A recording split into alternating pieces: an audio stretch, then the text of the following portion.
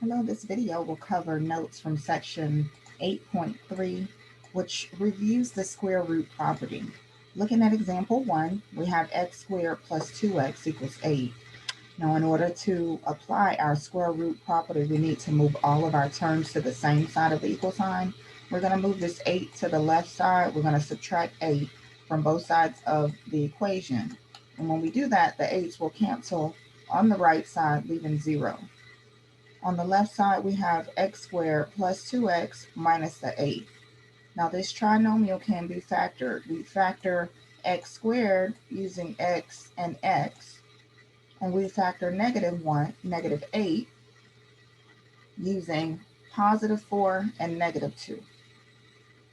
After we get our two factors, remember the way you check these is you want to multiply the inner terms and the outer terms. You can add them together and make sure that you get the middle term.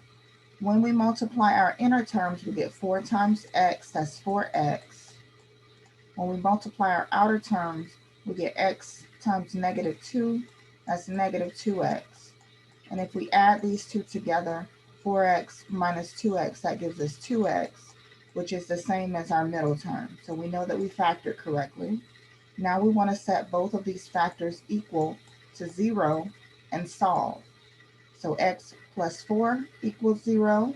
We want to subtract 4 from both sides of the equation, and we'll get x equals negative 4. Or our second factor, x minus 2 equals 0. To solve, we want to add 2 to both sides of the equation, and we'll get x equals 2. So our two solutions for negative 4 or 2.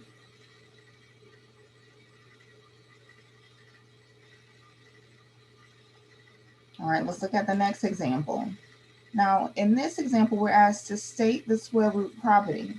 So if we have some term squared, a squared equals k, then the value of a is equivalent to plus or minus the square root of whatever our k term is.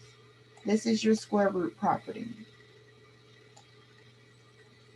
In this example, we see some term squared. So let's say we have a squared equals, and this would represent our k, 36. So a squared equals 36. What is the value of a?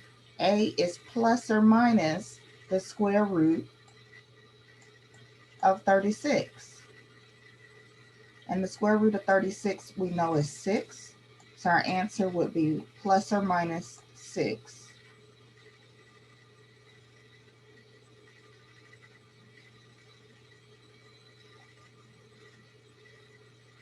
All right, in this example, we have 8x squared equals 40. So our goal is to get this squared term by itself. We want to get x. To do that, we need to get rid of the 8 that's in front of the x squared. So we're going to divide both sides of the equation by 8. The 8's will cancel on the left side, leaving x squared equals, and 40 divided by 8 on the right side gives us 5. Now here is our a squared term, so x squared equals 5. So the value of x is plus or minus the square root of 5, and we will leave it as the square root of 5.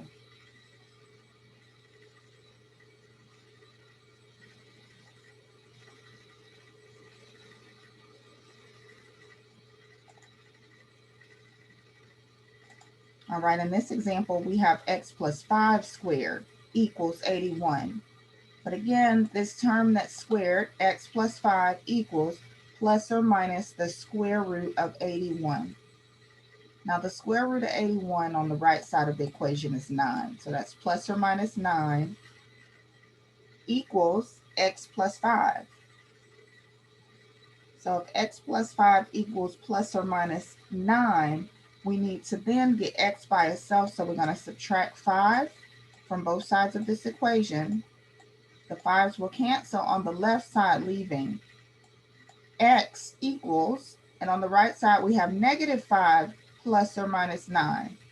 So here's our two possible solutions. We have negative 5 plus 9. So x equals negative 5 plus 9, and negative 5 plus 9 gives us 4. or x equals -5 minus 9. And -5 minus 9 gives us -14. So our two possible solutions are 4 or -14.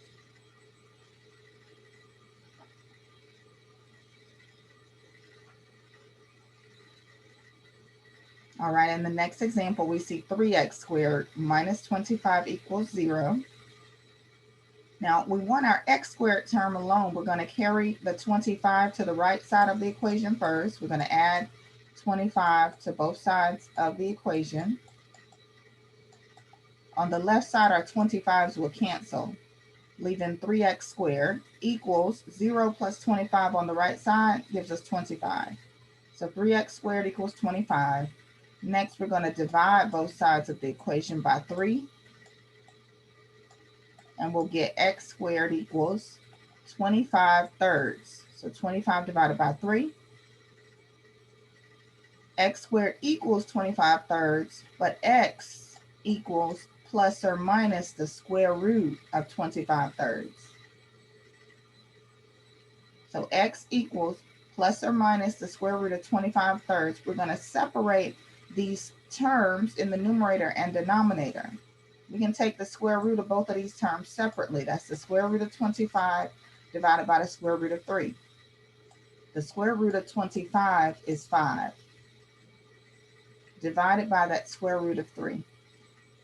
So we have x equals plus or minus 5 divided by the square root of 3. However, we can't have square roots in our denominator, so we need to rationalize this denominator. To do that, we're going to multiply the numerator and the denominator by the square root of 3, whatever term is in the denominator. In this case, it's the square root of 3. So we're multiplying the square root of 3 times the square root of 3 with both the numerator and the denominator. In our numerator, 5 times the square root of 3 gives us 5 square root 3. In the denominator, the square root of 3 times the square root of 3, that's the square root of 9. And the square root of 9 is 3. So our answer is plus or minus 5 times the square root of 3 divided by 3.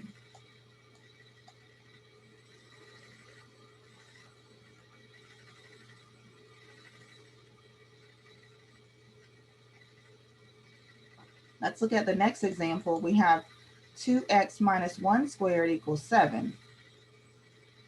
So 2x minus 1, this is the term that's squared, equals plus or minus the square root of the right side of the equation, the square root of 7. Now we want to get x by itself, so we're going to add 1 to both sides of the equation. The 1's cancel on the left side, leaving 2x equals 1 plus or minus the square root of 7. Now we're going to divide both sides of the equation by 2. The 2's will cancel on the left, leaving x equals 1 plus or minus the square root of 7 divided by 2. Everything divided by 2. And we will leave this as our answer.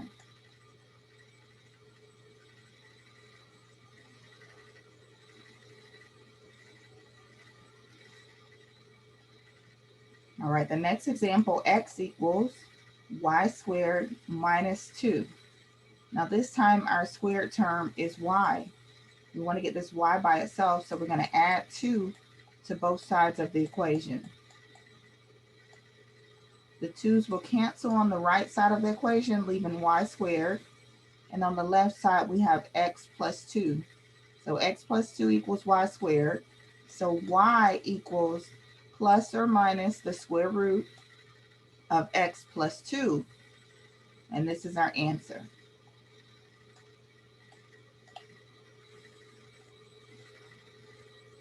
Now that's the last example from this section. We'll stop here.